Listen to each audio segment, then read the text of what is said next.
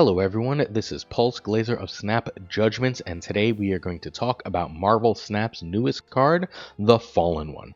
Fallen One is the Series 5 card that's out in Snap Packs this week. He is a 5/5. On reveal, set your max energy equal to this card's power. So if you play him on turn 5, he's going to say on turn 5 you have 5 energy, but you still gain your regular 1 energy a turn, so turn 6 you're going to have, you guessed it, 6 energy.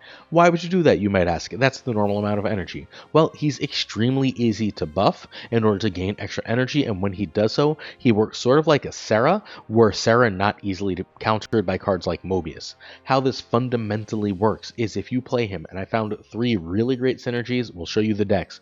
When you play him with Cerebro, he is going to be a 5/8. That means you have 9 energy on that last turn. That's a ton for a Cerebro deck. You can do all sorts of crazy, powerful things. You can also play him in a strict buff deck. You're going to have to hope that he gets hit by some buffs, but cards like Nakia, cards like Okoye are really, really great here in making sure you only need 2 or 3 extra energy to really go over the top in those decks, and the Fallen One gives you that opportunity. The final chance and place to use him is in the Nimrod decks that run cards like Kid Omega.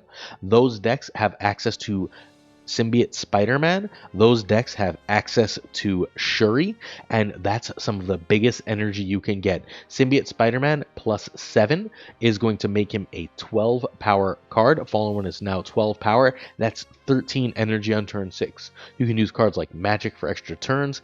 This does work with locations, so if there is a location that's giving him plus power, as long as that power happens as soon as he reveals, that's even more energy. I had an absolute blast with this card. He is incredibly powerful. Let's take a look at some quick decks. The first deck I want to talk about really quickly is Cerebro 5. This is the deck that I hit Infinite last season. The Mr. Fantastic season, I hit Infinite with this very deck.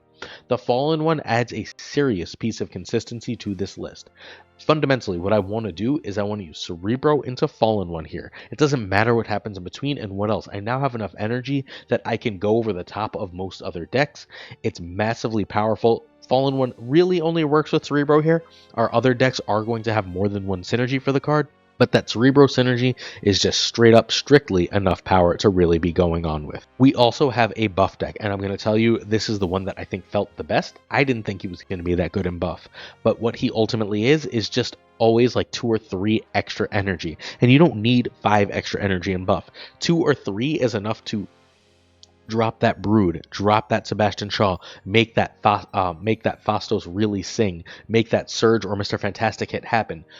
A simple, good location in this deck will take it over the top and allow it to beat almost anything. Buff loves the Fallen One.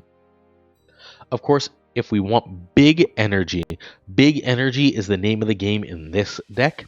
You play either Symbiote Spider-Man or Shuri into the Fallen One, especially if you have 7 turns, and you can do combos like Black Panther or Nimrod and Arnim Zola in the same turn.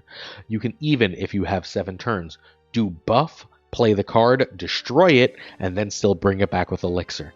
This list puts up a crazy amount of power. It is genuinely feeling like one of the top meta lists in Marvel Snap because this takes such great advantage of this new card.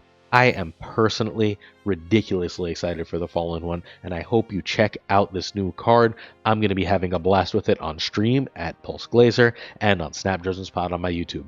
Fallen One is a new meta card, one of the best cards of the month, one of the best cards we've seen in a long time. Go get it. Enjoy Marvel Snap. See you soon.